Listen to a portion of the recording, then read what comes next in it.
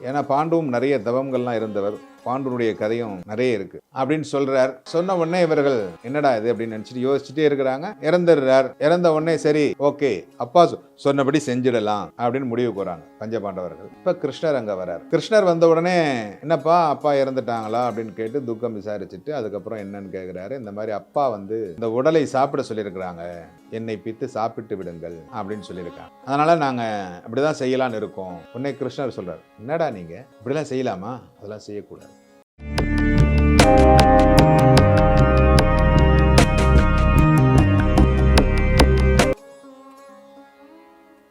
அவர் அப்பா சொல்லிட்டார் அப்படிங்கிறதுக்காக நம்ம தப்பு செய்யலாமா? கண்டிப்பா செய்யக்கூடாது. நம்ம தகனம் பண்ணணும். தகனம் பண்றது தான் முறை அப்படின்னு சொல்றாரு. இருந்தாலும் இவர்களுக்கு மனசுக்குள்ளார ஒரு சங்கடம், என்னடா இது இப்படி சொல்லி. கிருஷ்ணர் தீர்க்கமா சொல்லிடுறார், தகனம் தான் செய்தாக வேண்டும், என்னோடு வாருங்கள், விறகுகள் எடுத்து வருவோம், எடுத்து வந்து இவரை தகனம் செய்வோம். அப்ப இவங்கெல்லாம் காட்டுக்கு போறாங்க. இந்த பாண்டுவனுடைய உடல் கிடக்கு. இந்த உடலை காட்டில் ஏதாவது மிருகங்கள் எடுத்து போயிடக்கூடாது அப்படிங்கிறதுக்காக சகாதேவனை காவலுக்கு வச்சுட்டு போறாங்க. சகாதேவனை காவலுக்கு வச்சுட்டு இவங்க 5 பேரும் போய் கிருஷ்ணரோட அங்க விறகெல்லாம் எடுத்துட்டு வராங்க. இந்த சகாதேவன் என்ன பண்றான், அப்பாவினுடைய ஆசையை எப்படியாவது நிறைவேற்றி விட வேண்டும். ஏன்னா அப்பா ஒரு வார்த்தை கொடுத்துட்டார், அந்த வார்த்தையை நாம் நிறைவேற்ற வேண்டும் அப்படின்னு ஒரு ஆசை, ஒரு சபதம் அவருக்கு. சகாதேவன் உடனே அவருடைய விரலை எடுத்து கடிச்சு சாப்பிட்டுறாரு. ஒரு விரலை எடுத்து கடிச்சு சாப்பிட்டுறாரு. சாப்பிட்டுட்டு உட்காந்துருக்கிறார். அப்ப இவங்க விறகு எடுத்துக்கிட்டு வராங்க. எல்லார் தலையிலையும் இந்த விறகு இருக்கு. எல்லாருடைய தலையிலையும் விறகு இருக்கு. கிருஷ்ணருடைய தலையில மட்டும் விறகு இல்லை. ஒரு அடிக்கு மேல இருக்கு. கிருஷ்ணர் சுமக்கவே இல்லை அந்த விறகை. ஆனா சுமக்கிற மாதிரி அப்படியே வராரு, பாவனையா வராரு. கிருஷ்ணனுடைய தலைக்கு மேல ஒரு அடிக்கு மேல அந்த விறகு நிக்குது. அவர் வந்துகிட்டு இருக்காரு. கொண்டு வந்து விறகை போட்டுட்டு எல்லாரும் அப்பாடான்னு உட்காடுறாங்க. கிருஷ்ணரும் அதே மாதிரி கீழே போட்டுட்டு அப்பாடான்னு உட்காடுறாரு. உடனே சகாதேவன் கேட்குறான் கிருஷ்ணர்கிட்ட போய், அவங்க தான் விறகு தூக்கிட்டு வந்தாங்க, டயர்டா இருக்கு, ஓகே, நீங்க என்ன உங்களுக்கு மேலே தானே இருந்தது விறகு? உடனே கிருஷ்ணருக்கு புரிஞ்சு போச்சு, ஆஹா இவன் ஏதோ தில்லுமுள்ளு வேலை பண்ணிட்டான், இவன் இந்த உடலை சாப்பிட்டுட்டான் அப்படிங்கிறது தெரிஞ்சு போச்சு. அவர் உடனே கேட்டார், நீ என்ன செஞ்ச அப்படின்னு. இல்லை அப்பாவனுடைய ஆசைக்காக அந்த விரலை நான் எடுத்து சாப்பிட்டேன் அப்படின்னு சொன்னார். சரி இதை அப்படியே விட்டுரு, இதை பற்றி நீ கேட்காத, நேரம் வரும் பொழுது கண்டிப்பாக தெரிந்து கொள்ளுவாய் அப்படின்ட்டார். இவனுக்கு சகாதேவனுக்கு முக்காலும் உணர்கின்ற சக்தி கிடைத்தது.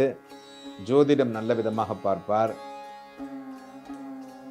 இந்த போருக்கு தேதி வைக்கிறதும் இவர் தான் வச்சார். ரொம்ப அதாவது கொஞ்சம் தலைகணம் அதிகமாகவே இருந்தது. எல்லாவற்றையும் நாம் செய்து விடலாம் அப்படிங்கிற எண்ணம் வந்துருச்சு. ஏன்னா ஜோசியத்தில் நிறைய பேர் இன்னைக்கு ஜோசியம் சொல்லிக்கிட்டு இருக்கிறாங்க, நிறைய பேர் பார்க்குறாங்க, நான் கூட பார்க்குறேன். 100% இன்றைக்கு 100 நபர்கள் 10 நபர்கள் என்கிட்ட வந்தால் அந்த 10 நபர்களுடைய முழுமையான கதையும் என்னால் சொல்ல முடியுமா அப்படின்னு கேட்டால் கண்டிப்பாக சொல்ல முடியாது. இது நிதர்சனமான உண்மை. இறைவனுடைய அனுகிரகத்தினால ஏதோ 2 பேருக்கு சொல்ல முடியும், 4 பேருக்கு சொல்ல முடியும். அந்த இறைவனுடைய அனுகிரகத்தினால அவங்க நல்லா இருப்பாங்க. அவங்க சொல்லுவாங்க, இவர்கிட்ட போனேன், நான் நல்லா இருக்கிறேன் அப்படின்னு சொல்லுவாங்க. அது மூலயமா இன்னும் 2 பேர் வருவாங்க. அப்படிதான் இந்த ஜோசியம் போய்கிட்டு இருக்கே தவிர, முக்காலும் உணர்கின்ற அளவுக்கு இந்த ஜோதிட கலையை கற்றவர்கள் இருக்கிறாங்க, இல்லைன்னா சொல்ல முடியாது. இப்பவும் இருக்கிறார்கள். இப்பவும் நிறைய பேர் அந்த ஜோசியத்தை வச்சிருக்கிறாங்க. ஆனால் அவர்களெல்லாம் அதை பயன்படுத்துகிறார்களா அப்படின்னு கேட்டால் அது அதிகமாக பயன்படுத்துறதில்லை. ஜோதிட கலையை அதிகமாக பயன்படுத்தாமல் அதை மற்றவர்களுக்கு கற்றுக் கொடுக்கின்ற வேலையில் இருக்கிறார்கள். இப்படிதான் நிறைய பேரை நான் பார்க்குறேன். என்ன பண்ணுறான் சகாதேவன், தனக்கு கொஞ்சம் எல்லாம் தெரிஞ்சிருச்சு அப்படின்னு கொஞ்சம் தலகணம் வரதான் செய்யுது ஜோசியத்தில். அப்படி வருது, போர் நடக்கிறது, போர் நடந்து முடிந்து விடுகிறது. நடந்து முடிந்த உடனே இவனுக்கு ஒரு சந்தேகம். கர்ணன் என்னுடைய அண்ணன் என்கின்றதை என்னால் கண்டுபிடிக்க முடியவில்லை. அங்கதான் நிற்கிறான் கிருஷ்ணன் அப்படின்னு சொல்லுவாங்க. கர்ணன் யாருன்னு தெரியல. ஜோதிட கலையில் வல்லவர், சாஸ்திரத்தில் வல்லவர், பார்த்த மாத்திரத்தில் ஜோதிடத்தை சொல்லக்கூடியவர், எல்லாருக்கும் ஜோதிடம் சொல்லக்கூடியவர். பஞ்சபாண்டவருக்கும் ஜோசியம் அவர் தான், அந்த பக்கம் இருக்கக்கூடிய கௌரவர்களுக்கும் ஜோசியம் இவர் தான். துரியோதனனுக்கு நாள் பார்த்து கொடுக்கிறதும் இவர் தான்.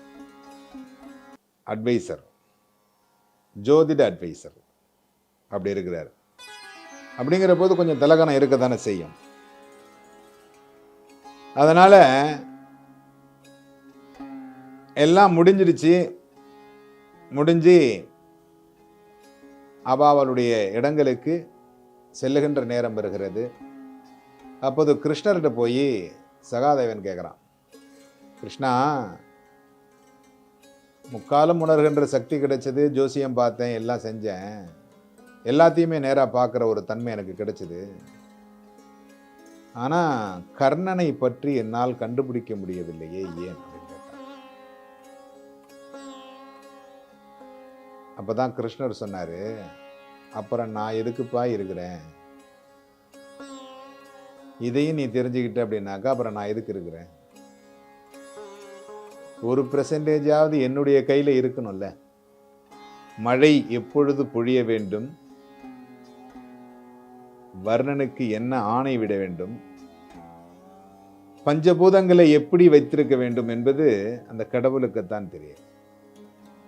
அதை நம்மால் எந்த இடத்திலும் எந்த காலத்திலும் கண்டுபிடிக்க முடியாது. எல்லாம் கண்டுபிடிக்கலாம்னு சொல்லலாம், இது நடந்துடும் அது நடந்துடும். கண்டிப்பாக அந்த பஞ்சபூதங்களுடைய ஆட்சி அப்படிங்கிறது யாராலும் சொல்ல முடியாது. கிருஷ்ணன் அதை தான் சொல்றார். அப்புறம் நான் எதுக்குப்பா இருக்கிறேன், இந்த 1% என்கிட்ட தான் இருக்கும், உன் சௌரியத்துக்கு ஆடிடுவீங்கல்ல அப்புறம், அதனால் அந்த 1% என்கிட்ட தான் இருக்கும் அப்படின்னு சொல்கிறாங்க. அப்போ தான் இவனுடைய அந்த கர்வம் அப்படிங்கிறது குறையுது. எல்லாம் நம்மால் முடியாது, எல்லாவற்றிற்கும் நாம் தான் இருக்கிறோம் என்று நடக்க முடியாது. ஏன்னா இந்த உடல் இருக்கு பாருங்க, ஒரு ஆன்மா. அந்த ஆன்மா இந்த உடலை சுமந்து கொண்டு வந்திருக்கிறது. அந்த ஆன்மா இந்த உடலை சுமந்து கொண்டு வந்து இந்த உடலை கஷ்டப்படுத்துகிறது. இந்த உடல் எதுக்கெல்லாம் ஆசைப்படுகிறதோ அதையெல்லாம் சாப்பிடுகிறது. ஆன்மாவுக்கு எந்த பலமும் காயமும் கிடையாது. ஆன்மாங்கிறது அப்படியே தான் இருக்கும்.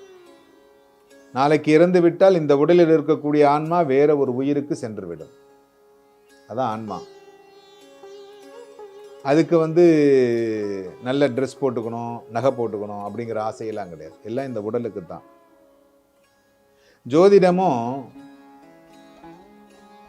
ஜோதிடம் தெரிந்து விட்டது என்று நிறைய பேர் இருக்கிறாங்க. நான் தெரிஞ்சிருச்சு ஜோசியம். ஆணவம் இருக்கக்கூடாது. ஜோதிடத்தில் ஆணவம் இருக்கவே கூடாது. இருந்தால் இப்படித்தான் ஆகிவிடும். ஜோதிட கலை அப்படிங்கிறது ரொம்ப நல்ல ஒரு கலை. அதை தெரிந்து கொண்டவர்கள் நல்ல விதமாக பயன்படுத்துங்கள் என்பதை கோரிக்கொள்கிறேன். நன்றி.